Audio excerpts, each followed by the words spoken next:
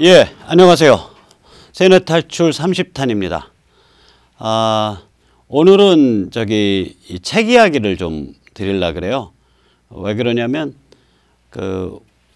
이제 미북 관계, 북핵 문제가 우리가 그동안 짚어왔던 그런 방향으로 계속 진행되고 있고, 앞으로 중요한 그런 변화가 있기까지는 계속해서 이 작게 밀고 당기고 물밑에서 이게 있기 때문에 특별히 더 깊게 해봐야 제 실력으로는 이때까지 드린 말씀 또 드리고 하는 것 같아서 요 한 재탕까지는 괜찮은데 이제 사골국도 3탕, 4탕, 5탕 되면은 맹물이 되는 거라. 예. 단지 이제 이 책 얘기를 드리기 전에 오늘 이 중요한 변화가 있었죠. 미국 관계에서 어제 오늘 사이에. 그래서 그 얘기는 잠깐 드리고 시작을 하려고 합니다. 폼페오가 김영철 실컷 만나주고 나서 한다는 얘기가 김정은의 CVID 결단을 촉구한다. 결단을 하면 정상회담이 열린다. 그러니까 결국은 김영철이 뭐 바짓가랑이 붙잡고 많이 늘어졌어도 미국이 CVID를 한다라는 기본 원칙을 하나도 굽히질 않았고, 그리고 김정은한테 보내는 메시지가 우리가 그동안 짚어온 것처럼 문턱이 굉장히 높아요. 내가 정상회담 나오려면 이러이러한 정도는 다 준비해 가지고 나와. 아마 그 문턱이 엄청 높다는 의미입니다. 그러니까 김영철이 뉴욕에서 회담장 나와가지고 집에 갈 때 얼굴 표정 보니까 참 노인이 불쌍하더라고요. 불쌍할 정도로 이렇게 완전히 맥이 빠지고 우울한 얼굴 표정이었습니다. 폼페오가 이런 말을 하면서 동시에 미국은 어제 오키나와에 F-22 랩터 14대를 배치를 했죠. 이 무시무시한 전투기 랩터를 그렇게 배치를 했고, 그리고 이제 6월부터니까 오늘부터 시작한지 언제 시작한지 모르겠는데 지구 최대의 해상 군사훈련 림팩이 시작됩니다. 지금 미국이 요구하는 CVID는 형식적 협정 없이 곧바로 본론 실행으로 옮겨가는 그런 문턱이 높아요. 플러스 그 안에는 전방위 사찰이 포함될 거고요. 그러니까 북한 전역 어디든 임의로 언제라도 사찰할 수 있는 그런 게 들어갈 거고요. 또한 그게 무슨 우크라이나 스타일이든 그 다음에 뭐 이런 리비아 스타일이든 아무튼 빨리빨리 걷어갖고 쏴서 미국으로 실어내는 그런 속도가 굉장히 빠른 CVID를 요구하고 있습니다. 그러니까 이런 CVID를 수용한다는 거는 빗장을 열어주는 거거든요. 그리고 미국 내지 미군한테 이거 불러들여가지고 항복한다는 얘기고, 개혁 개방으로 간다는 소리고, 김일성 사교 전체주의가 실제로는 해체되어가는 소프트 랜딩 코스로 간다는 얘기죠. 반면 CVID를 거부하게 되면 예방전쟁이 있을 거고, 막무가내 전면적인 그런 예방전쟁과 침공이 있고, 그리고 북한 체제가 추락해서 바로 해체된다는 얘기입니다. 하드 크래시죠. 한마디로 줄이면은 빗장 열래, 그리고 곱게 천천히 변신해서 신분 세탁해서 좀 목숨 유지할래, 아니면 맞아 죽을래, 이런 절체절명의 그런 문제의식, 그런 압박을 미국이 지금 김정은 혹은 북한 전체주의 지배 집단한테 들이밀고 있는 상태죠. 거의 손에 땀을 줍니다. 이거 뭐 매일 바뀔 거고요. 설사 회담이 열린다고 할지라도 그 이후의 진행 과정에서 그냥 또 엎치락뒤치락 할 거고, 그 이후의 진행 과정에서도 미국이 만족할 수준에 도달할 때까지 군사적 경제적 압박이 실제에 있어서는 하나도 안 풀릴 겁니다. 아무튼 물은 흘러서, 강물은 흘러서 북한 전체주의 체제의 붕괴까지 가는 거니까 우리는 그거는 믿고 우리가 해야 될 일을 좀 많이 준비해야겠습니다. 오늘은 이제 이 정도로 그 지금 북핵 문제, 미북 관계의 진행 문제는 간단하게 말씀을 여쭙고요. 그 책 이야기를 좀 하겠습니다. 제가 책을 한 권을 쓰고 한 권을 번역하고 3권을 썼어요. 그동안 지난 한 10년 사이에. 그 중에서 오늘은 이 개인이라 불리는 기적을 뒤에 화면에도 보이죠? 제가 이렇게 비키면 더 잘 보이나? 예. 개인이라 불리는 기적을 오늘 말씀을 여쭈고자 합니다. 이게 비교적 쉽게 쓴 책인데, 저는 이제 저한테 영향을 준 사상가는 니체하고 프리드리히 니체하고 에드먼드 버크하고 우남 이승만이에요. 근데 이제 그 중에서도 이제 니체가 많이 영향을 준 편인데, 이 니체 사상을 좀 쉽고 현대적 버전으로 다시 이렇게 쓴 겁니다. 아주 부분적인 거를 쓴 거죠. 그래서 읽으시면 좀 괜찮은 책이에요. 꽤 많이 팔았던 책인데 제가 이 책을 차분하게 강의한 적이 없어서 앞으로 한 서너 번에 걸쳐서 말씀을 여쭈고자 합니다.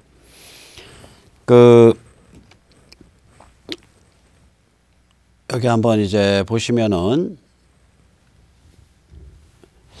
저쪽 깡통진보가 이 언어를 3개를 해요. 하나는 계급이라는 언어를 쓰고요. 계급투쟁. 두 번째는 우리민족이라는 언어를 쓰고요. 세 번째는 이게 사람들이 잘 실감을 못하는데 막가파 나.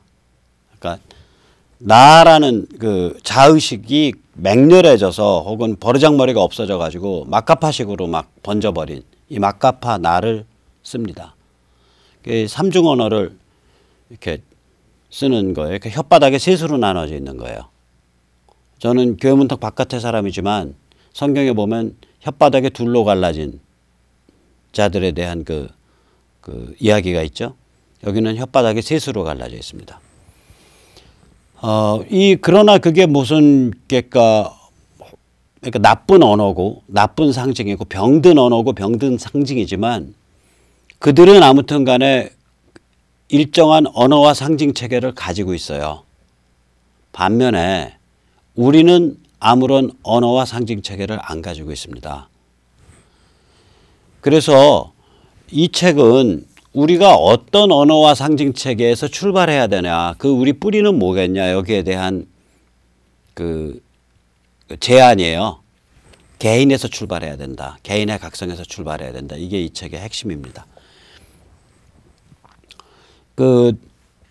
이제 이 깡통진보가 쓰는 이제 계급 언어는 보면 민중 혹은 노동자라고 불리죠.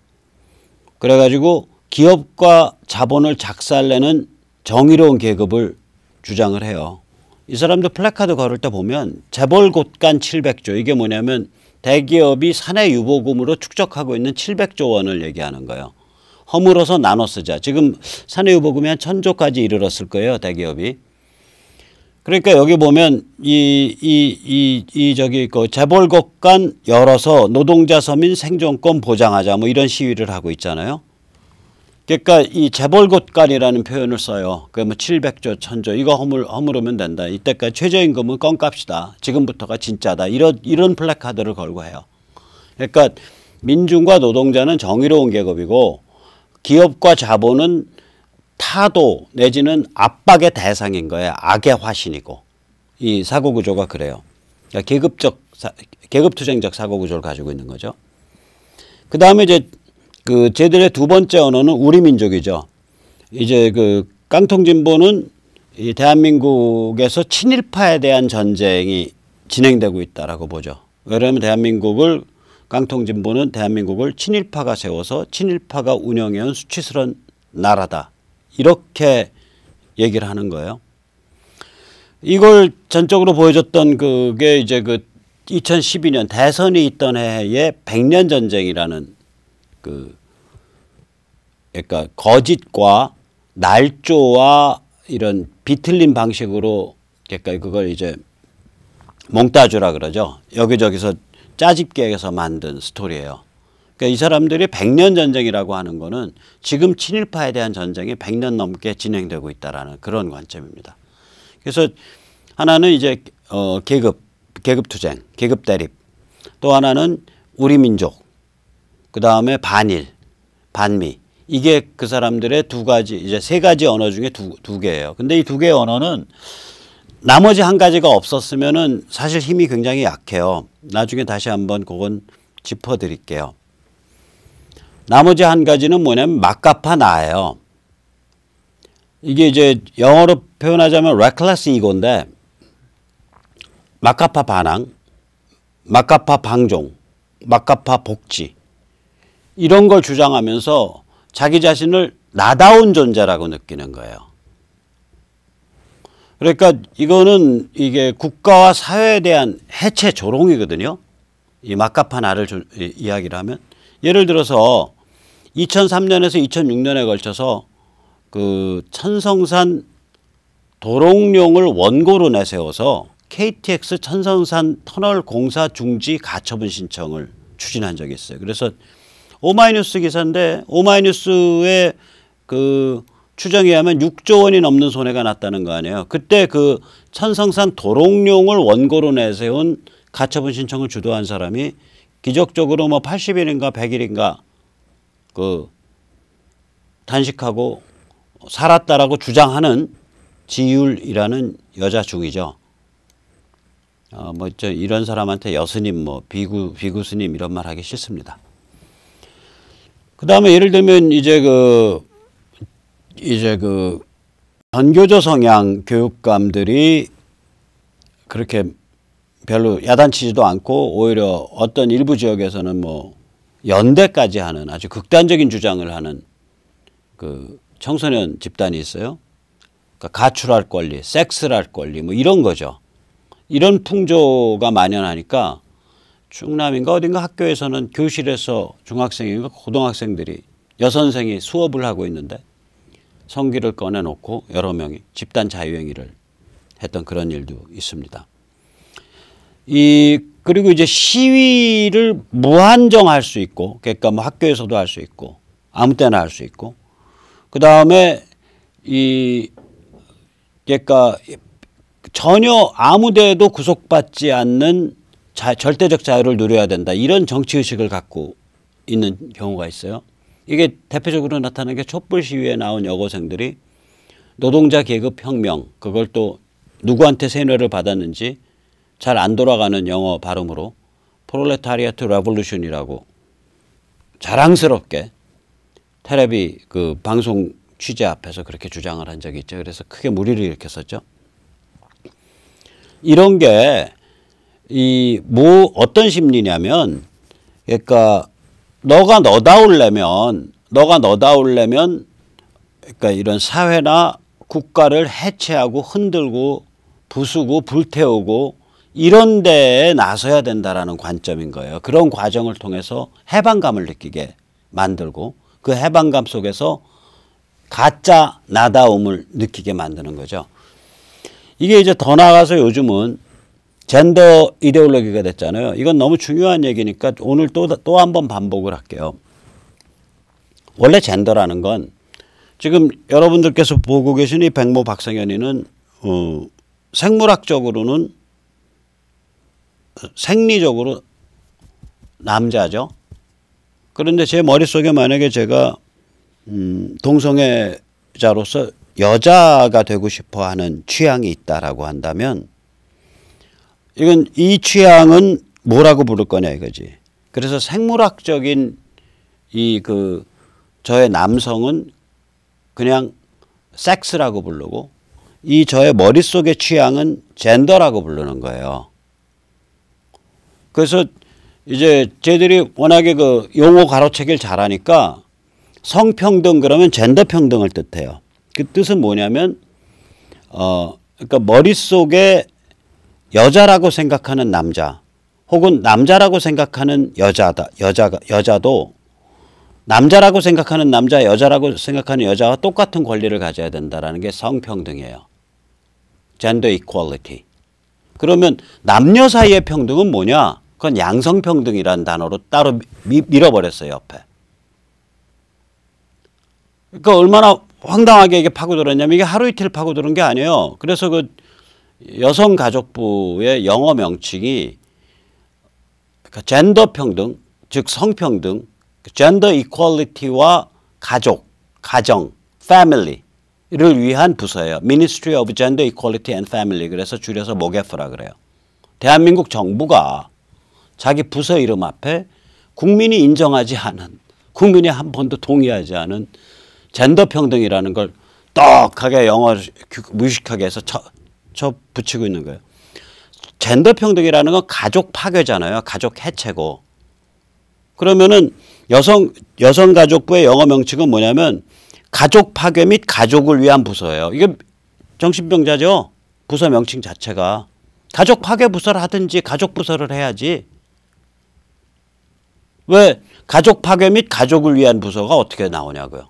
그 여성가족부의 지금 공무원들이나 장관님들이나 그거 관리 감독하는 국회의원들은 이런 정신병적인 이름을 그 조롱하듯이 영어로 유식하게 남들 못 알아보게 달아놓고서 킬킬대고 있는 이 상황에 대해서 반성하세요. 여성가족부 이름을 둘 중에 하나 정하세요. 젠더평등 부서로 정하든지 혹은 Women and Family 부서로 정하든지 여성가족. 거기 왜 젠더평등이 들어가 있냐고요. 이거 뭐냐고요. 이거 간첩이 침투한 거예요. 뭐예요. 왜 이렇게 비열할 짓을 하냐고. 비겁한 짓을. 언제 국민이 여성가족부에 대해서 성평등을 젠더평등을 위에서 뛰라고 위임한 적이 언제 있죠? 왜 당신들은 국민이 시키지 않은 일을 마음대로 하죠? 대한민국 개판 난 거예요. 이 젠더 이데올로기는 이 젠더라는 개념 자체까지는 이건 학문적으로 유용해요. 그런데 젠더 이데올로기는 아까 젠더 평등, 즉 저 사람들이 말하는 이른바 성평등에서도 드러나듯이 남성으로 느끼는 남성과 여성으로 느끼는 여성이 민법상 부부가 돼서 누릴 수 있는 법적인 보호를 혹은 법적인 그런 특별한 그 계약 관계를 민법상 부부 관계를 여성으로 느끼는 남성과 남성으로 느끼는 남성이 모이거나 그러니까 남성 커플, 동성혼 혹은 남성으로 느끼는 여성과 여성으로 느끼는 여성이 모여서 커플을 이룬 경우 동성 커플이죠. 그런 동성 커플도 함께 누려야 된다라는 얘기가요. 같이. 그래 민법상 부부가 돼야 된다. 이게 이제 젠더 평등, 이른바 성평등이라고. 저는 성평등이란 말 안 써요. 그렇게 되면 성관계 했다 이 말도 이제 앞으로 양성관계 했다 이렇게 돼야 되는데 단어를 그렇게 뺏기고 싶지가 않아요. 그래서 저는 젠더란 단어를 그냥 써버려요. 그러니까 젠더 평등 주장하는 사람들은 그렇게 돼야 된다고 얘기하는 거거든요. 이게 젠더를 굉장히 절대화시키는 거죠. 생물학적 성은 의미가 없고 머릿속에서 남성으로 느끼냐 여성으로 느끼냐가 중요하다라는 거예요. 그러니까 이제 그것도 이제 말하자면 저렇게 되는 거죠. 오늘은 제가 양성애자 같은 경우는 오늘은 무드상 남성 무드야. 그러면 성별이 어떻게 되십니까? 그러면 저 남성입니다. 이렇게 얘기한다고요. 내일은 무드상 여성 무드가 될 수 있잖아요. 양성애자는. 그럼 성별이 어떻게 되십니까? 그러면 저 여자예요. 이거를 다 인정하자는 소리예요. 이거를 사회적으로 계약관계에 있어서 부부관계에 있어서 다 인정하자. 이런 소리가 돼요. 그러니까 이 정도 되면 이제 가족을 해체하자는 소리거든요. 남녀의 성적 결합, 그것의 완성 형태로서의 민법상의 결혼, 그것의 발전으로서의 출산과 양육이 가지는 유니크한 신성함을 개무시하고 깨버리자는 얘기죠. 가족 해체하자는 소리죠. 이게 이제 깡통좌파들이 주장하는 거예요. 이게 다 왜 그러냐면 가족이라는 혹은 그 성이라는 그 가장 원초적인 가치체계마저 깨뜨림으로써 해체함으로써 그때 거기서 내가 나답다라고 느끼는 거라고요. 나다움을 느끼는 거예요. 짝퉁, 가짜. 자 그렇게 해서 이 깡통좌파는 삼중 언어를 써요. 한쪽으로는 민중 혹은 노동자 계급이라는 언어를 쓰고요. 그래서 계급투쟁적, 계급 갈등적 관점을 막 떠들고 다른 한쪽으로는 우리 민족을 신앙처럼 떠받들죠.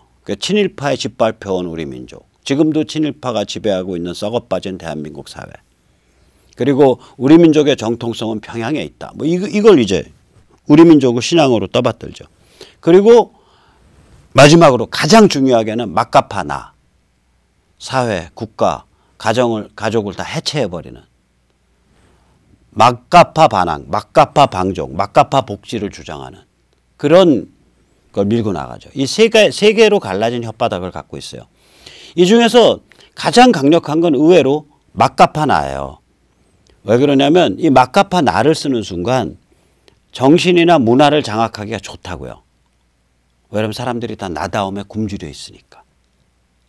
그러니까 영화도 좀 세련되게 만들 수 있고 작품도 그럴듯하게 쓸 수 있고 소설도 그럴듯하게 쓸 수 있고 논문도 뭐 꼬부랑 말로 젠더 이퀄리티, 성평등, 젠더 퍼스펙티브, 젠더 관점 이런 걸로 막 꼬부랑거려서 잘난 척 한없이 할 수 있고 소스는 저쪽 프랑스나 미국에 무지하게 쌓여져 있으니까 그냥 수입해다가 수입상에서 수입 지식 소매상도 할 수 있고 여러 좋은 점이 많아요. 막가파 나는 전 세계적 증상 중에 하나이기 때문에.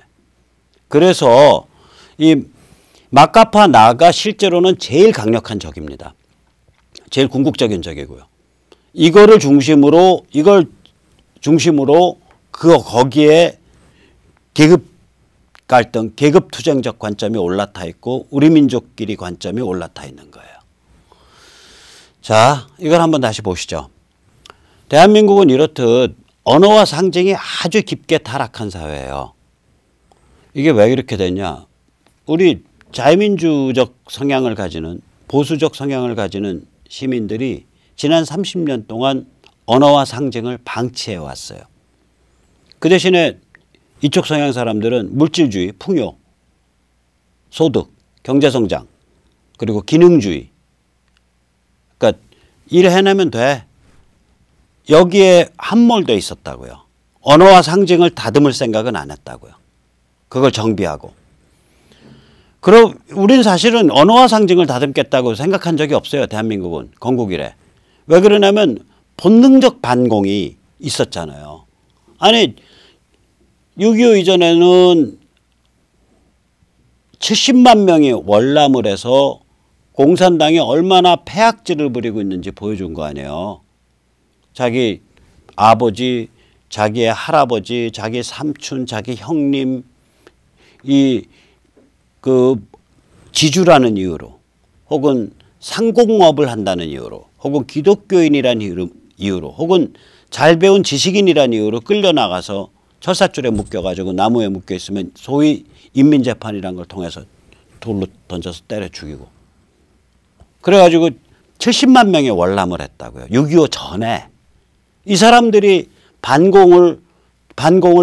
그러니까 공산당이 얼마나 저놈들이 나쁜 놈들인지 생생하게 증언을 했어요. 사람들한테.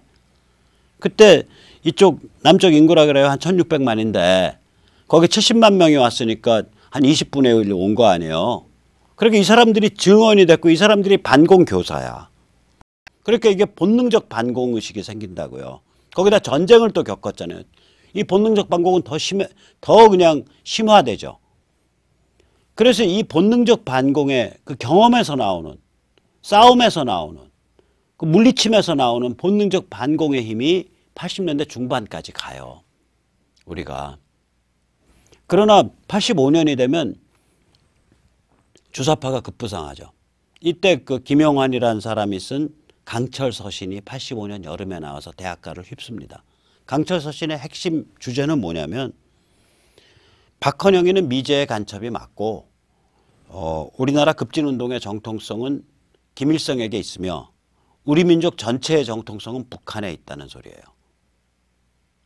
이게 간첩 교육을 안 받고 그냥 대한민국에서 멀쩡히 커서 김영환이 서울대 동문과인가? 파리학번 아니에요. 그래서 그는 혼자서 그렇게 쓴 거예요.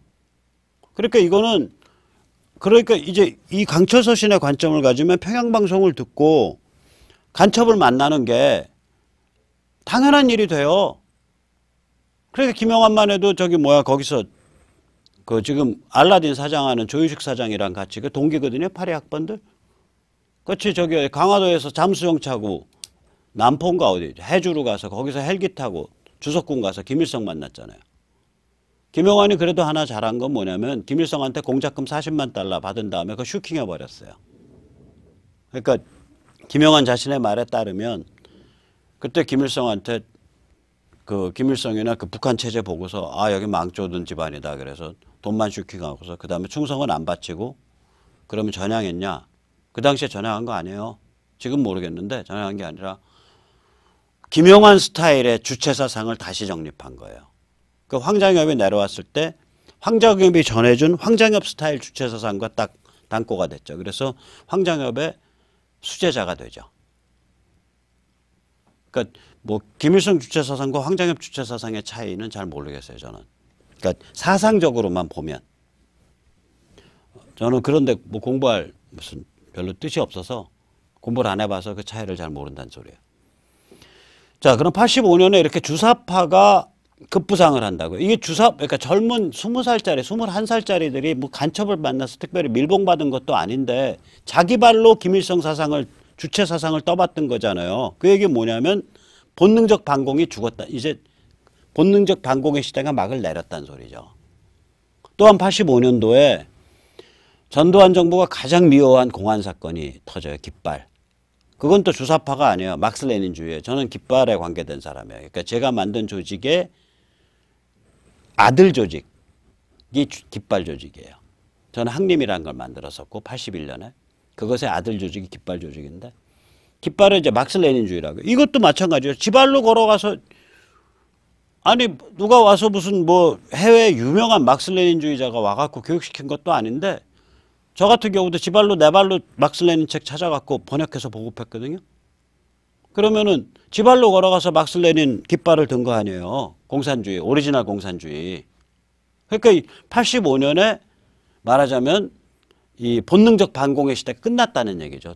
두 가지 사건이 둘 다 85년이에요. 공교롭게도.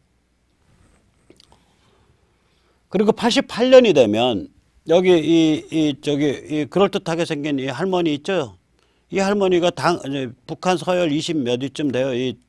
이쪽에 들어와서 하도 저걸 잘해갖고 저기 그 간첩질을 잘해서 이게 이선실 할머니거든요. 이 이선실 할머니가 주로 PD 계열 쪽에 침투를 해서 돈을 많이 뿌렸어요. 그러니까 뭐 제가 아무튼 돈을 많이 뿌려서 누구누구 지금도 꽤 유명한 사람들이 돈을 많이 받았죠. 그래가지고 이 PD라는 게 막스 레닌주의 아니에요. 막스 레닌주의로 하여금 주사파를 섬기게 만들었다고요. 주사파랑 화해하게. 야, 그거 잘난 체하고 막스 레닌 그 잘난 체하고 저 김일성 주의 우습게 보지 마. 그래도 저게 혁명의 근거지니까 저기랑 잘 지내야 돼. 이런 관점을 퍼뜨려서 막스 레닌주의 PD가 주사파 NL을 섬기게 만들었어요. 그래서 NLPD를 완성시킨 게 이 할머니입니다. 그러니까 북에 돌아가서 엄청난 훈장 받고 출세할 만하죠. 엄청난 일을 해낸 거죠. 그러니까 무슨 얘기냐면 대개 한 88년 이후면 이미 뭐 NL이니 PD니 가릴 것도 없는 게 아니 87년에 일단 87년에 6.29가 났는데 거기서 무슨 피바다 혁명 하겠다고 더 하냐고요. 87년에 이미 자유민주주의의 기본 틀이 갖춰졌는데 그러니까 그 다음부터는 이거는 완전 좀 색깔이 이상한 거예요. 운동권이라는 게. 그리고 거기서 뭐 87년 이후로 저는 주사파 안 하고 막스 레닌주의 했습니다. 웃기는 소리예요. 웃기는 소리예요. 그때 막스 레닌주의의 최대 조직이 하나가 산호맹이거든요. 지금 청와대 민정수석 조국 씨가 산호맹 출신이죠 아마. 이 산호맹의 그 강령 보면 주사파와 싸우지 않고 협조한다는 강령이 들어있을 거예요. 이미 PD가 주사파 앞에 딱 무릎을 꿇기 시작한 거예요. 거기가 실세니까, 강하니까, 북한의 평양의 지지를 받고, 지원을 받고.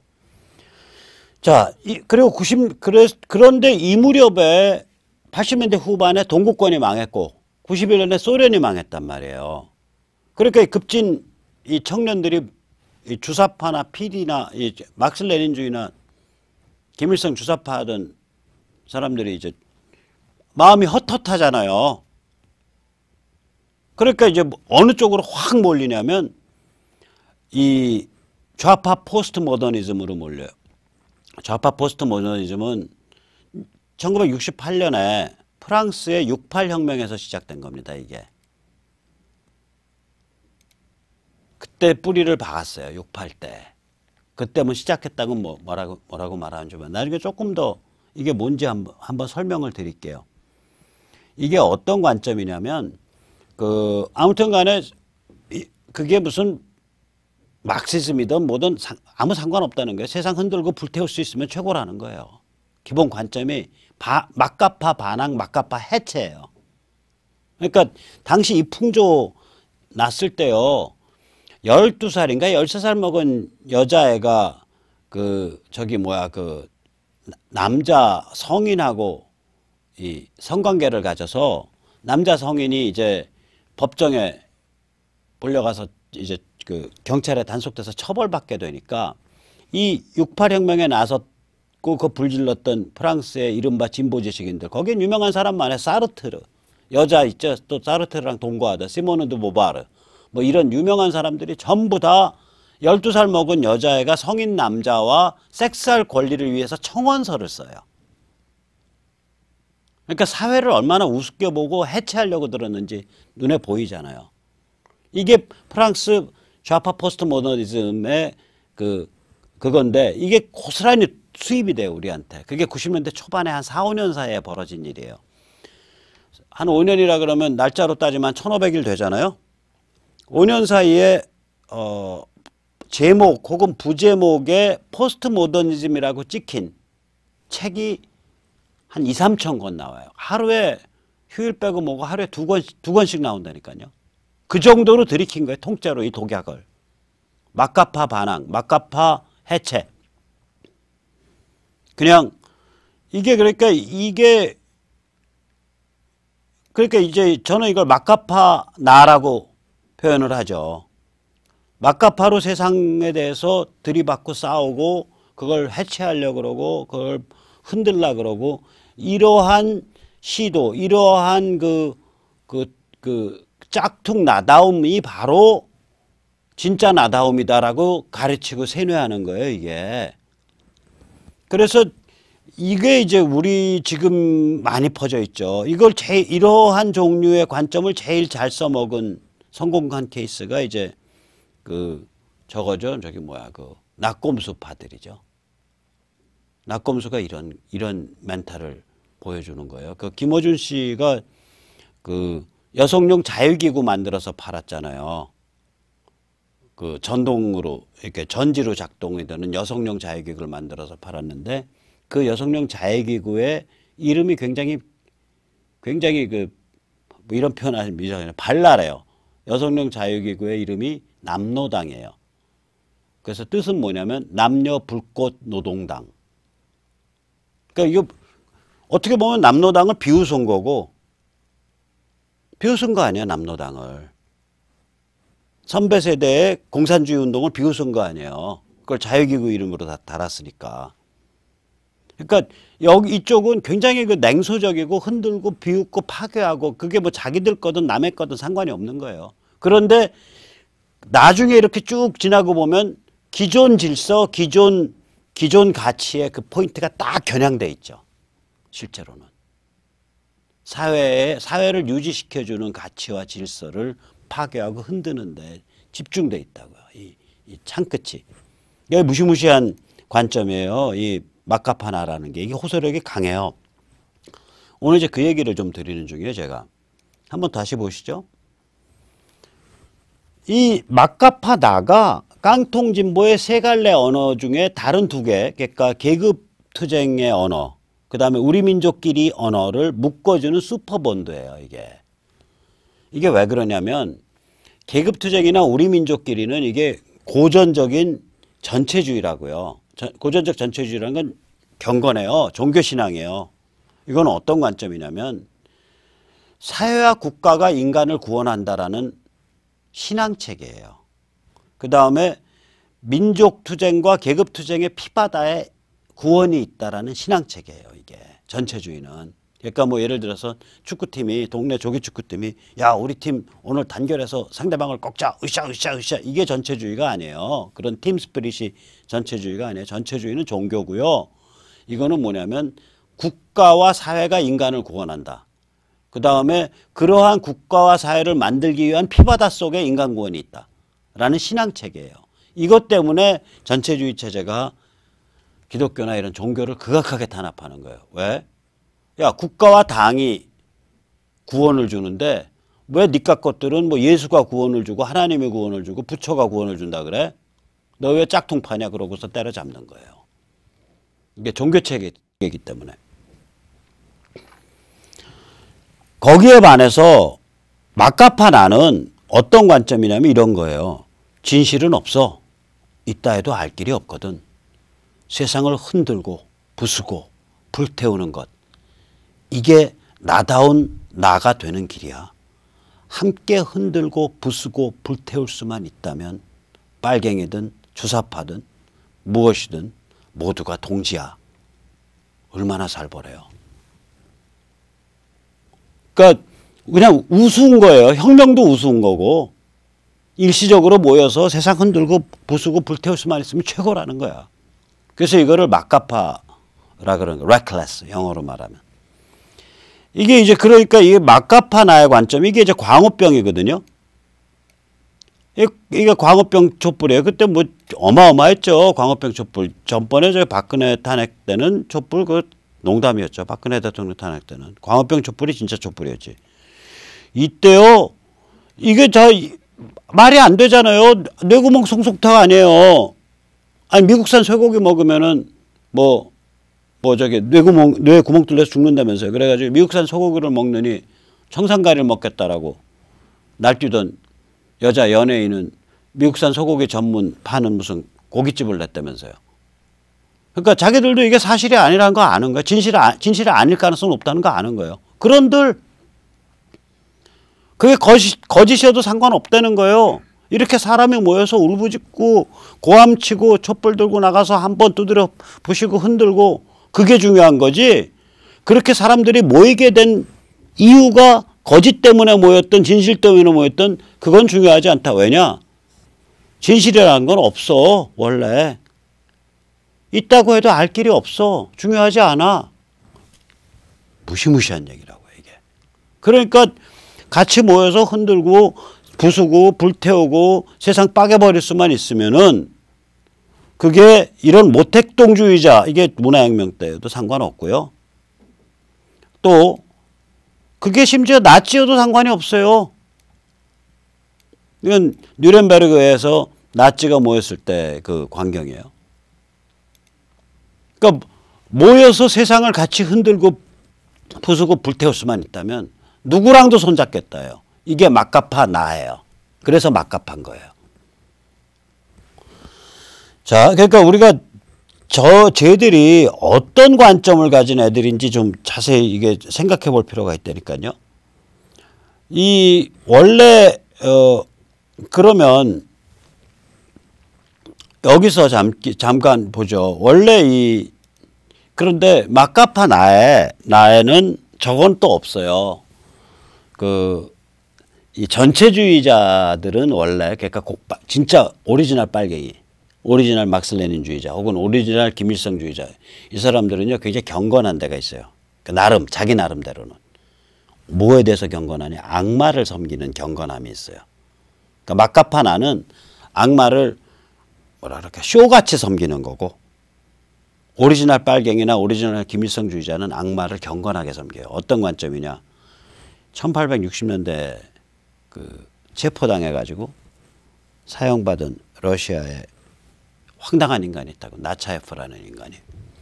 이 인간의 너무 황당한 사건이어서 그때 쇼크를 받아서 도스토옙스키가 소설 악령 데블을 지을 때 그 데블의 주인공인 표토르 스테파노비치가 바로 이 인간을 모델로 삼은 거예요. 나차예프라는 실존 인물을. 나차예프가 쓴 혁명가를 위한 교리문답이라는 글이 있어요. 제가 거기에 핵심을 읽어드릴게요. 핵심 구절을. 혁명가는 저주받은 인간이다. 그에게는 아무런 사적 이해관계가 없다. 연애도 없고 감정도 없고 유대도 없고 재산도 없고 심지어 이름도 없다. 그의 존재 전체는 하나의 목적, 하나의 생각, 하나의 열정에 함몰되어 있다. 이 목적, 생각, 열정은 바로 혁명이다. 그는 마음과 영혼으로 그의 말뿐 아니라 행동으로 모든 사회 질서와의 연관을 단절시켰으며 모든 문명 세계와의 연결을 끊어냈다. 그는 세상의 모든 법률, 바른 행실, 관습, 도덕률 전체와 결별했다. 그는 세상을 불구대천의 원수로 삼았다. 그가 세상 속에 사는 이유는 단 하나, 세상을 부숴버리는 것. 이것이 그가 세상을 사는 이유다. 이 마인드가 원래 오리지널 빨갱이, 오리지널 김일성주의자들의 마인드예요. 지금은 쟤들이 다 웰빙이 됐어요. 그래서 배가 부르고 이런 마인드를 가진 사람이 제가 보기엔 거의 멸종했어요. 다 인맥 따라서 뭐 한 건 하려고 그러고 먹고 살려고 그러고. 그러니까 이 문화와 상징을 다룰 때는 이 마인드 가지고는 이젠 더 못 다루잖아요. 이런 거 가지고 누가 하면 누가 먹어주겠어요? 그러니까 이걸 세련된 막가파로 이제 뿜어내는 거죠. 그래서 막가파 나가 굉장히 쟤들 전체 그 세계의 언어, 계급투쟁의 언어, 우리 민족끼리의 언어, 막가파 나라는 언어, 그 셋 중에서 막가파 나의 사고방식과 언어가 제일 강력해요. 그게 진짜로 숨어있는 적이에요. 자, 여기서 이제 자유민주의 뿌리라는 게 뭐냐 생각을 해보자는 게 이 책의 아까 말씀드린 개인이라 불리는 기적, 이 책의 문제의식이에요. 이런 상황이라고 지금 상황을 보고 그러면 자유민주의 뿌리는 개인이다 이거예요. 그러니까 깨시민, 각성된 시민, 그거 이전에 깨어있는 사람, 깨어있는 개인, 깨어있는 개인주의자가 먼저 선행해야 된다는 거예요. 참고로 이 책이 나오기 전에는, 이 책이 이제 나온 적이 2011년인가 제가 냈는데, 이 책이 나오기 전에는 개인주의라 그러면 굉장히 나쁜 뜻으로만 쓰였었어요. 개인이란 단어도 나쁜 뜻으로만 쓰였고. 근데 이 책이 음으로 양으로 영향을 미쳐서 지금은 개인주의라 그래도 그렇게 나쁜 뜻이 아니죠. 이런 말을 누가 했었어요. 자유민주주의 원칙을 믿는 사람은 근본적으로 개인주의자다. 정부의 권력은 바로 그 개인으로부터 나오며 국가의 기초는 개인의 권리와 자유다. 이거 우남 이승만 대통령이 한 말이에요. 1941년에. 단 우리말로 했을 때 알아들을 사람이 없어요. 그러니까 우남은 우리말로는 개인, 전체주의 이런 말을 한 적이 없어요. 이건 영어로 쓴 Japan Inside Out, 1941년부터 미국의 베스트셀러가 됐던 그 책의 마지막 챕터에 나오는 첫 문단입니다. 그러니까 우남이 정말 참 안 된 사람이에요. 자기의 정치 사상과 정치 철학을 우리말로 충분히 표현을 못했어요. 왜냐? 우리말에는 그런 말을 쓰는 사람도 없고 그런 말을 했을 때 알아듣는 사람도 없는 거예요. 그래서 자기의 정치 사상과 정치 철학 중에 정말로 세련된 거, 정말로 함도가 높은 거는 영어로 남아있는 거예요. 얼마나 불행한 사람이에요. 얼마나 사무치는 고독 속에서 살았겠어요. 여기서 우리의 건국 대통령 우남 이승만이 밝혔듯이, 우남이 밝혔듯이 기본적으로 개인이나 개인주의라는 것이 자유민주주의의 기초예요. 그러면 여기서 우리가 한번 생각을 해보죠. 현대 문명은 우리 모두를 참 아등바등 살아가는 그 나로 만들거든요. 그 죽어서 들어갈 무덤까지 걱정을 해야 되고 그 전에 갈 양로원도 걱정해야 되고 내가 내 앞가림 다 해야 되고 그러니까 당연히 이 나라는 의식이 굉장히 강해지죠. 나에 빠진 나가 나온다고요. 그게 이고죠. 심리학에서 이주요.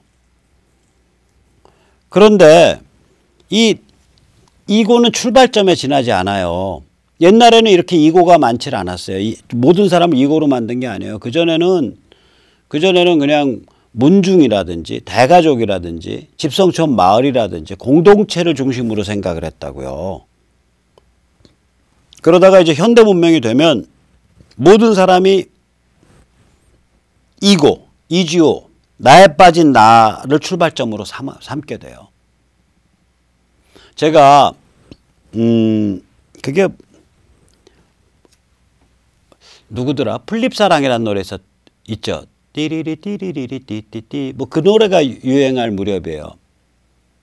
동네를 가는데 이게 이 뒷골목을 가는데 초등학교 한 3학년쯤 된 남자애들 둘이 그 장난감을 이렇게 서로 이렇게 주고받는 그걸 얘기를 하는데 너 나랑 이거 거래할래? 내가 이거 주고 너 이거 주고 그러면 둘이 맞바꾸고 니께 얼마였고 내께 얼마니까 내가 웃돈 100원 더 줄게. 초등학교 3학년쯤 된 남자애들이. 제가 그걸 보고 그게 90년대 초반쯤 될 거예요. 그 노래가 히트했던 게 최 무슨 가수였죠. 플립사랑. 그거 보고 제가 무지하게 충격받았어요. 야, 요새는 애들이 저 10살 뭐 12살짜리 애들이 벌써 저 세상을 내가 세상이랑 어떻게 거래를 해야 되나 내가 남들하고 어떤 식으로 거래해야 되나 이거를 벌써 이게 체득을 하는구나. 우리 때랑 정말 다르구나. 그 용어 쓰는 거랑 이런 게 완전히 이게 이런 식으로 사니까 어렸을 때부터 따라서 이고가 굉장히 강해질 수밖에 없어요. 나라는 개념이 나라는 자의식이. 그러니까 이고 속에 빠진다고요. 나에 빠진 나가 되는 거예요. 근데 이 상태가 오래 가질 못해요. 둘 중에 하나로 그 상태로만 사는 게 아니라 사람들은 결국 둘 중에 하나로 갈라지게 돼요. 하나는 뭐냐면 막가파 나로 가버리든지 나다움을 찾아서 짝퉁 나다움을 찾아서 아니면 나를 쿨하게 응시하고 살펴볼 줄 아는 나 살피는 나로 가든지 그걸 심리학에서는 셀프라 그래요. 그러니까 이제 이게 뭐냐면은 나에 빠진 나가 나 살피는 나로 가는 거, 이고가 셀프로 가는 거, 이게 현대 심리학의 최대의 화두예요. 궁극적 화두예요, 이게. 그러니까 우리가 이 과정에 대한 이해를 하고 이 과정을 천착을 하면서 인간이 어떤 동물인가를 생각하지 않으면 깡통자파를 못 이깁니다. 희한하죠. 우리가 깡통자파를 이길 수 있는 그 승리의 비밀 열쇠는 이고가 자의식이 나라는 그 심리 상태가 어떻게 나를 살피는 나를 쿨하게 응시하는 즉 셀프로 바뀌어가는가. 그때 셀프로 간다라는 게 무슨 과정인가. 무엇이 제대로 된 셀프인가. 이 비밀을 해독하는 게 자유민주주의의 궁극적 뿌리예요. 그게 이 책이 얘기하는 겁니다. 그게 우리가 그 뿌리를 이해하지 않으면 쟤들을 넘어서는 상징과 언어를 못 만들어요. 쟤들을 넘어서는 상징과 언어가 없으면 판판이 쟤들한테 집니다. 왜냐? 쟤들은 그게 악마의 상징, 악마의 언어든 뭐든 간에 지들끼리 떼거리 지어서 모였을 때 하고 서로 간에 논의하고 협상하고 관념을 정리하고 소통할 수 있는 그런 그 틀이 있는 거예요. 여기는요. 이른바 보수, 이른바 우파요. 의사 출신 아저씨하고요. 공무원 출신 아저씨하고요. 군인 출신 아저씨가 만나면요. 서로 말이 안 통해요. 살아온 백그라운드가 달라서. 개랑 고양이 만난 거랑 똑같아요. 개는 반갑다고 꼬리를 흔드는데 고양이 관점에서 보면 꼬리 흔드는 건 싸우자는 뜻이거든요. 그러니까 덤비게 되죠. 그러니까 공통의 상징과 언어를 갖는다는 건 무지하게 중요한 일이에요. 우리는 그걸 대한민국 건국 이래 이른바 자유민주 쪽, 이른바 이쪽은 해온 적이 없어요. 왜냐하면 1985년까지는 본능적 반공이 그걸 해줬거든.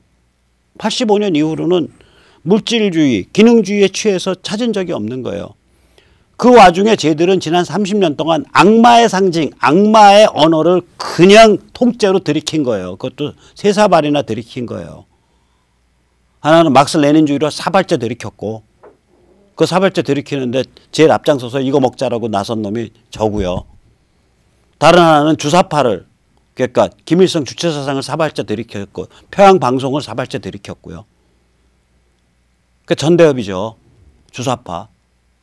간첩이랑 노는 거를 당연하게 여기고. 옛날 주사파들 서열 어떻게 정한 줄 아세요? 둘이 만나. 둘 다 평양방송 듣는 친구들이야. 그럼 서열을 정해야 될 거 아니에요. 평양과의 거리에 의해서 정해요. 이런 식이에요. 이번 목요일 날 말이죠. 저녁 9시에 평양방송에서 김소월의 영변약산 진달래 나올 거예요. 영변약산의 진달래 고이 밟고 가시 없어서. 진짜 목요일 날 9시에 그거 나오잖아요. 그러면 그 말 한 사람을 받들어 모시는 거예요. 평양방송을 흔들 수 있는 사람이라고 인정하니까. 그게 뭐예요? 간첩과 거리가 가까운 놈이 상전이 되는 거예요. 그 조직이 그런 조직이었어요, 옛날에. 자, 그 두 번째 사발 그것들이 마셨고, 세 번째 사발, 이제 저거 다 망하니까. 동구권 망하고, 91년에 소련 망하고, 80년대 후반에 동구권 망하니까. 그 다음에는 프랑스 좌파 포스트 모더니즘. 아까 제가 말씀드렸잖아요.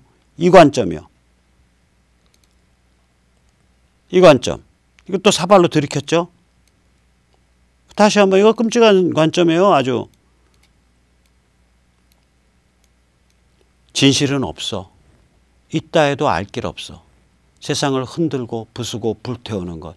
이게 나다운 나가 되는 길이야. 함께 흔들고 부수고 불태울 수만 있다면 빨갱이든 주사파든 무엇이든 모두가 동지야. 이걸 마지막에 90년대 초반에 세 번째 사발을 들이킨 거예요. 이 악마의 언어를. 그래서 쟤들은 특히 마지막 세 번째 사발이요. 모든 걸 다 끌어안아서 하나로 묶어주는 본드거든요. 어차피 진실이 아니라는데. 어차피 다 거짓이라는데. 그러니까 모든 걸 다 끌어안아서 하나로 묶어요. 중요한 거는 세상 흔들고 부수는 것밖에 안 남는데. 그러니까 이걸 끌어안아서 묶어버리니까 이걸 가지고 모든 랭귀지가 다 통하는 거예요. 그냥 모든 언어와 상징이 자기들끼리. 그게 쟤들의 힘이에요. 그게. 우린 그게 없어요. 우리는 한 번도 대한민국 건국 이후로 이런 자유민주적 혹은 건강한 개인에 바탕한 그러한, 아까 우남이 말했듯이 자유민주주의라는 건 건강한 개인의 게임이거든요. 건강한 개인이 뭐냐라는 거에 대해서 우리가 상징과 언어를 개발한 적이 없다고요. 그게. 제가 이 책 내기 전까지요. 개인주의를 이런 식의 관점에서 제대로 조망을 해준 책이 하나도 없었어요. 그래서 이 책 좋아하시는 분들이 많아요.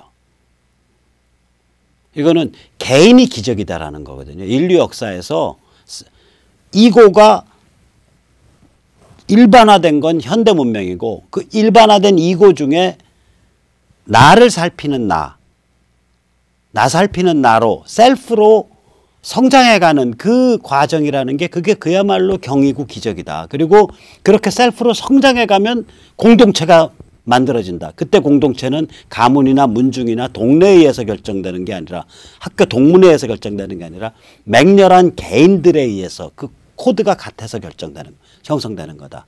그게 이 책의 의미입니다. 자, 그러면 다음에 이제 이 책이 어떠한 문맥에서 나왔고 어떤 건지는 설명을 드렸으니까 다음에 길면 4번, 아마도 한 3번쯤에 걸쳐서 이 책을 좀 지겹도록 자근자근 한번 씹어보기로 하죠. 오늘 여기까지 모시겠습니다. 감사합니다.